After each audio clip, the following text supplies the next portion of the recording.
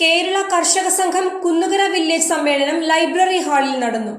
കർഷക സംഘം സംസ്ഥാന കമ്മിറ്റി അംഗം കെ.വി. ഏലിയാസ് ഉദ്ഘാടനം ചെയ്തു.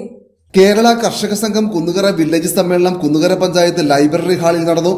കുന്നുകര പഞ്ചായത്തിലെ 15 വാർഡുകളിൽ നിന്നും തെരഞ്ഞെടുത്ത 100ഓളം പ്രതിനിധികൾ സമ്മേളനത്തിൽ പങ്കെടുത്തു. കർഷക സംഘം സംസ്ഥാന കമ്മിറ്റി അംഗം കെ.വി. ഏലിയാസ് സമ്മേളനം ഉദ്ഘാടനം ചെയ്തു.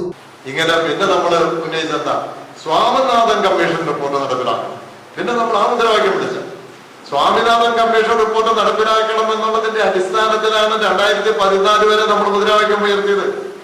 2014 എന്ത് സംഭവിച്ചു? 2014 സംബന്ധിച്ചത് അന്ന് പാർലമെന്റിലേക്ക് തെരഞ്ഞെടുക്കും.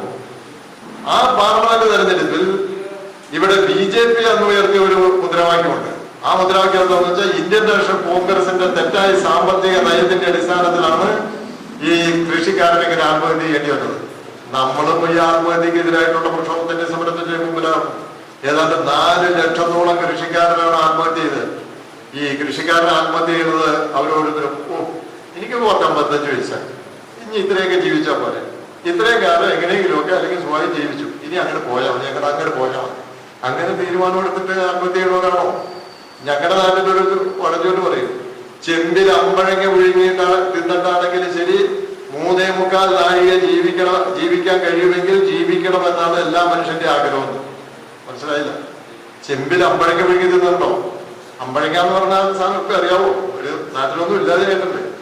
നല്ല സാധനമാണ്, ഞാൻ വിശദീകരിക്കുന്നില്ല. ആ സാധനം പുട്ടും പുളിയാണ്. ചെമ്പെന്ന് പറഞ്ഞാൽ ഭയങ്കര ക്ലാവുമാണ്. ആ ചെമ്പിൽ അമ്പഴങ്ങ വിഴിക്കാനോ പിന്നെ അത് പുറമേക്കുന്ന താഴോട്ട് ഇറക്കി വിടാൻ പറ്റില്ല, അത്രയ്ക്ക് ദുസ്വാദാണ്. അങ്ങനെയുള്ള തിന്നിട്ടാണെങ്കിലും ശരി 3.25 നാഴിക ജീവിക്കാമെങ്കിൽ ജീവിക്കണോ? അപ്പൊ അത് മനുഷ്യന്റെ ഒരു കാഴ്ചപ്പാടാണ്, അല്ലെ? ഇപ്പൊ ചില ആളുകളുടെ രോഗം വന്ന് ഇരിക്കാനും പറ്റില്ല, ഒന്നും ചെയ്യാനും പറ്റില്ല, ഇങ്ങനെ ശ്വാസമുണ്ട്, അതുകൊണ്ട് ജീവനുണ്ട്, ഇങ്ങനെ കിടക്കല്ലേ മാസങ്ങളായിട്ട്. അവനനുഭവിക്കുന്ന ബുദ്ധിമുട്ടെന്താ? അവന്റെ വീട്ടുകാരെ അനുഭവിക്കുന്ന ബുദ്ധിമുട്ട് എന്താ? അപ്പൊ അങ്ങനെയാണെങ്കിലും ഇത് ഇങ്ങനെയാണ്, എങ്ങനെയാണ് ജീവിക്കണമെന്നാണ്.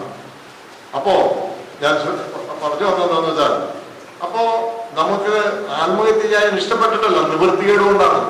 എടുത്തിട്ടുള്ള കടവും പലിശയും തിരിച്ചടയ്ക്കാൻ കഴിയാതെ വരുമ്പോൾ അന്തസ്സും അഭിമാനവും നിലനിർത്തേണ്ടതുണ്ട് എന്നുള്ളത് കണ്ട് അതിന് വേറെ പോംവഴി ഇല്ല എന്ന് കാണുമ്പോഴാണ് ആളുകൾ ആത്മഹത്യ ചെയ്തത്. 4 ലക്ഷത്തിൽ പരം ആളുകളാണ്. ഏതായാലും നമ്മുടെ മുദ്രാവാക്യം ആ സമരവുമായി മുന്നോട്ട് പോയി. 2014 തെരഞ്ഞെടുപ്പ് വന്നു. BJPയും ഈ മുദ്രാവാക്യം എടുത്തിട്ട് പറഞ്ഞു, ഞങ്ങൾ അധികാരത്തിൽ വന്നാൽ ഈ സ്വാമിനാഥൻ കമ്മീഷൻ റിപ്പോർട്ട് നടപ്പിലാക്കും. ഇവിടെ സ്വാഗതം പറഞ്ഞ സാഹു നമ്മുടെ മുദ്രാവാക്യത്തിൽ വിളിച്ചപ്പോ പറഞ്ഞല്ലോ, നമ്മുടെ സമരത്തെ സംബന്ധിച്ച് പറഞ്ഞു, അഖിലേന്ത്യാ സമരത്തെ സംബന്ധിച്ച് പറഞ്ഞു. അഖിലേന്ത്യാ സമരം എന്തായിരുന്നു? അഖിലേന്ത്യാ സമരം ഈ സ്വാമിനാഥൻ കമ്മീഷൻ റിപ്പോർട്ട് നടപ്പിലാക്കണം എന്ന് തന്നെയാണ്. BJPയുടെ 2014 അധികാരത്തിൽ വന്നു, 5 വർഷം ഭരിച്ചു, അവര് നടപ്പിലാക്കിയില്ല. നടപ്പിലാക്കുക എന്നുള്ളത് അവരുടെ സാമ്പത്തികമായിട്ടുള്ള കാഴ്ചപ്പാടിന് എതിരാണ്. അത് നടപ്പിലാക്കില്ല, അവര് നടപ്പിലാക്കൂല.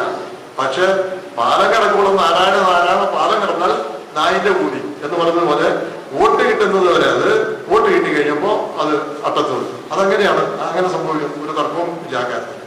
കർഷക സംഘം വില്ലേജ് പ്രസിഡന്റ് S. സുഗു അധ്യക്ഷത വഹിച്ചു. T.A. ഷഫീർ സ്വാഗതം പറഞ്ഞു. P.T. വർഗീസ് രക്തസാക്ഷി പ്രമേയവും KS. വേണുഗോപാൽ അനുശോചന പ്രമേയവും അവതരിപ്പിച്ചു. കർഷക സംഘം വില്ലേജ് സെക്രട്ടറി T.J. ജോഷി പ്രവർത്തന റിപ്പോർട്ട് അവതരിപ്പിച്ചു. വടക്ക് ചാലക്കുടി പുഴയും തെക്ക് പെരിയാറിനാലും അതിർത്തിയുള്ള കുന്നുകര ഗ്രാമത്തിന്റെ നടുവിലൂടെ ഒരിക്കലും പറ്റാത്ത നീലറോവയായി അങ്കമാലി മാഞ്ഞാലി തോടും ഒഴുകുന്നുണ്ട്.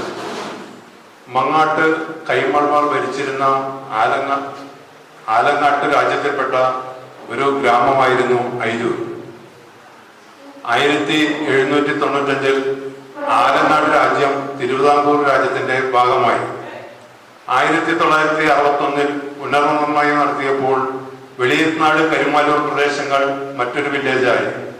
അതിന്റെ ബാക്കി അയിരൂർ പ്രദേശമാണ് ഇന്നത്തെ കുന്നുകര പഞ്ചായത്തിന്റെ കാരക്കത്തുരുത്ത്. വയലുകരയിലെ ചില ഭാഗങ്ങൾ കരുമാലൂർ വില്ലേജിനും ചാലാക്കയും കുത്തിയോടും ചെറിയാക്കാനത്തിന്റെ കുറെ ഭാഗങ്ങളും പുത്തമ്പരിക്കര വില്ലേജിനുമായി മാറി. 1953 ഇന്ന് കാണുന്ന കുന്നുകര പഞ്ചായത്ത് രൂപീകൃതമായത്. കേരള കർഷക സംഘം Aluva area secretary P.V. Anil, CPM Kunnukara local secretary V.K. Anil തുടങ്ങിയവർ സംസാരിച്ചു. കാർഷിക മേഖലയിൽ മികവ് തെളിയിച്ച കർഷകരെ ചടങ്ങിൽ ആദരിച്ചു.